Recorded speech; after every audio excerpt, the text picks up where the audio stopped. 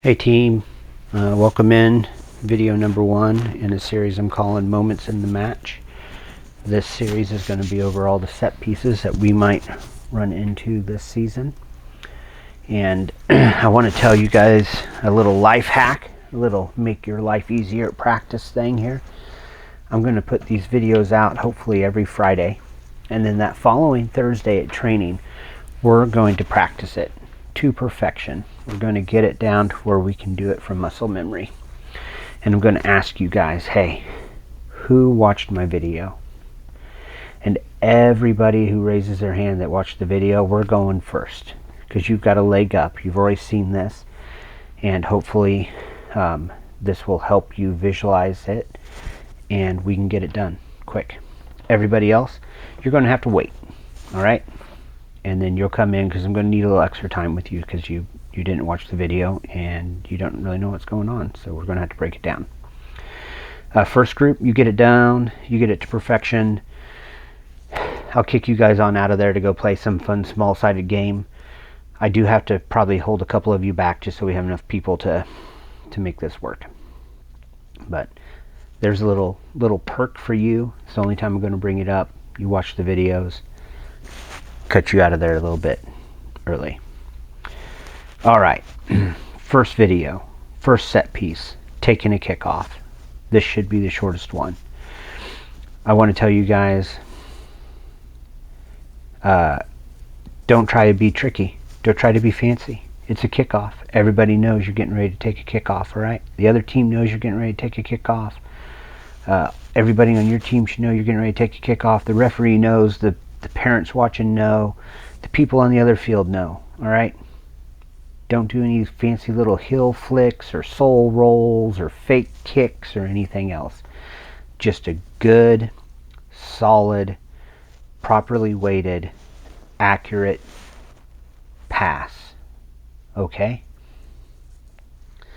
That is all you need to do.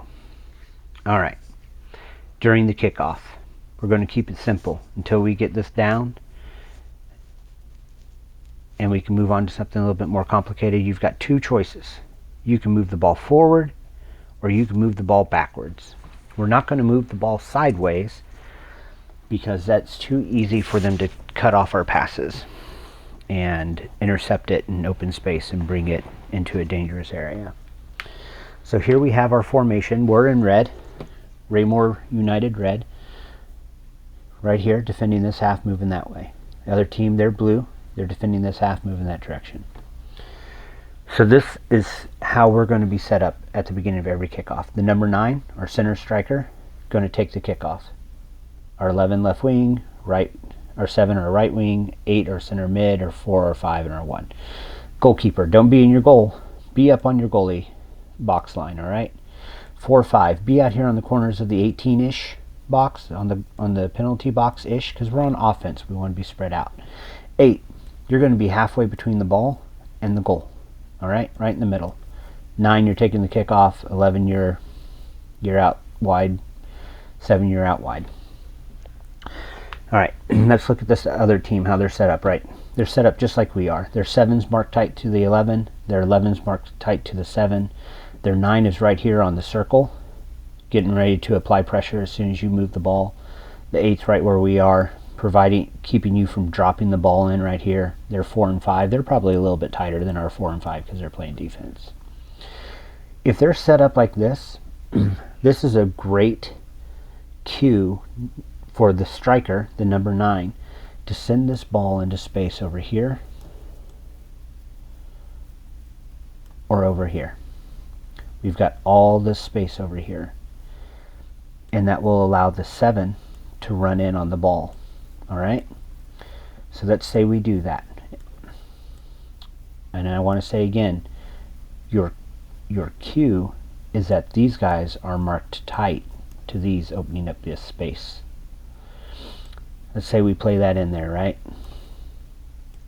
And the 7 has ran onto that ball. You guys can't just stand there. You have to move. The pitch is divided into 3 channels. I know you've heard me say it. There's the right channel, there's the central channel, there's the left channel. Players generally live in their channel +1. So a right wing lives in the right channel. The center striker lives in the center channel. The 11 lives in the left channel +1. So that means the 7 could sometimes go into the central channel. The 9 might end up in one of these channels out here. So if the 7's got the ball out here wide, the 4 needs to come support. The 9 needs to move up and do what strikers do and get in front of the goal as deep as they can without being offside. 8 can drop into this space right here to provide that passing triangle, and the 11 needs to start tucking in too, even with the ball. Now if the 4s came over here to provide support to the 7, what's the 5 need to do? The 5 needs to drop centrally, right? Be that lone defender. We've talked about these guys staying connected in the past, so you guys already know about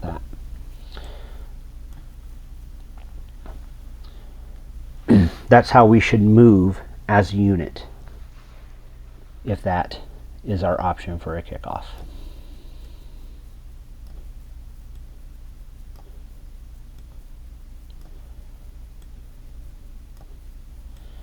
We'll see that again. Play a good solid weighted pass into here. 11 runs onto it. 9 gets forward.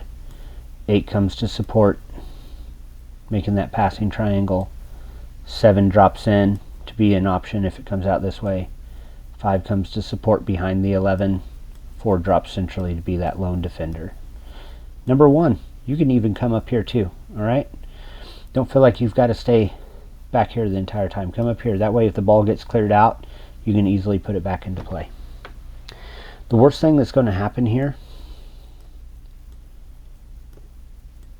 and I'm sure that you guys have seen this before, if you guys watch any kind of professional soccer, this is like the new thing that all the teams are doing, is they're intentionally kicking it out of bounds over here and turning it over to the other team so that you guys can defend a throw on their side. That's probably the worst thing that's going to happen here, right? Is if that ball goes out of bounds and you have to defend a throw in on their half. Not the end of the world. Alright, let's talk about when we need to go backwards. If they're not set up like this, a lot of times you'll see teams set up like this. They'll drop their 7 and 11 back here to protect that space. They'll move their 8 and their 9 up here, right on the center circle, to apply high instant pressure. This is your cue, right? We can't send a ball into here. 7's got it covered, or the 11's got it covered.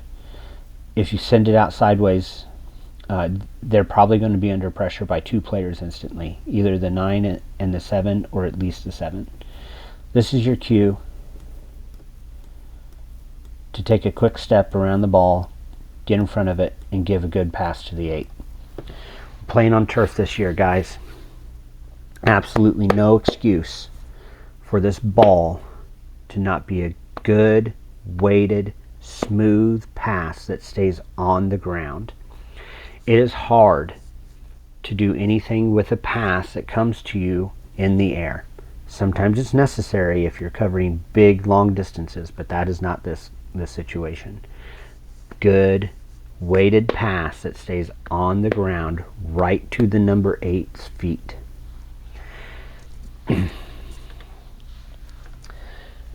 As soon, number 9, as soon as you pass that ball back to the 8, you take off running for the goal.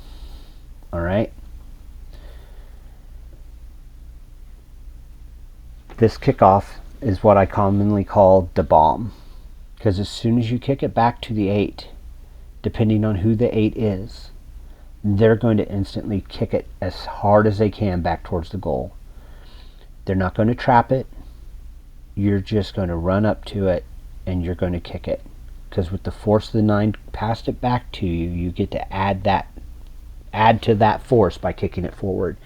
You should be able to clear that ball a good distance towards their goal. Number 9. Take a good look at who your number 8 is at that time, okay?